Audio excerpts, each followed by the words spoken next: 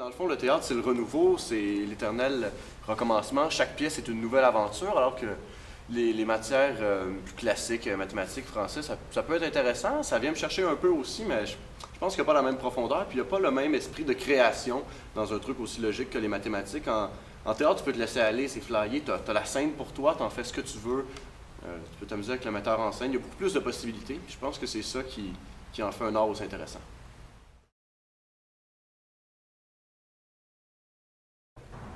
Laisse-moi rêver. Permettez que je rêve. Je sais bien qu'il n'y en a plus de murs. Je suis pas fou. Les feuilles branchées, coupées, sciées, cordées, même bien sûr, ça saute aux yeux, ça crève les yeux. Ça me crève le cœur de voir qu'il y a encore des gens qui tiennent à leurs vieux murs. C'est fini, les murs. Comprenez-vous? C'est beau le soleil d'ici. Regarde ça, regardez ça. Hey, il y en a qui n'ont jamais vu ça. Je passerais ma vie si j'en avais une à regarder les couchers de soleil. C'est beau.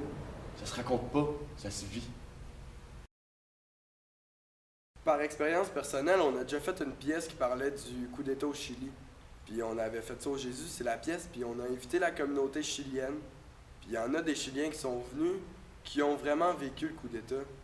Fait qu'il y avait comme un lien qui nous unissait, même si on n'a rien à voir un envers l'autre.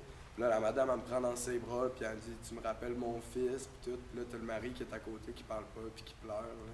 Tout est là, puis tu sais, tu as fait vivre ces sentiments-là à la madame, mais t'es aucunement chilien, t'as aucunement vécu le coup d'État.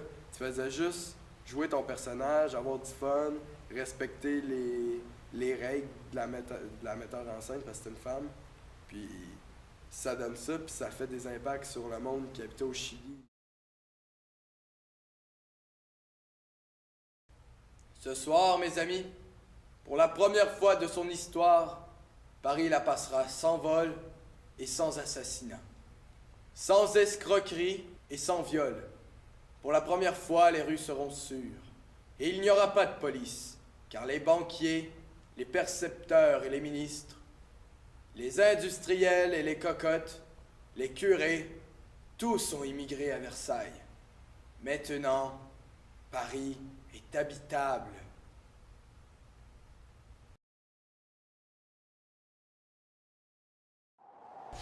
Rien à faire. Je commence à le croire. Longtemps, j'ai résisté à cette pensée, en me disant « Vladimir, sois raisonnable. Tu n'as pas encore tout essayé. » Et je reprenais le combat. Alors, te revoilà, toi. Et après? Je suis content de te revoir. Je croyais que tu étais parti pour toujours. Moi aussi. Que faire pour fêter cette réunion? Lève-toi que je t'embrasse. Tout à l'heure, tout à l'heure.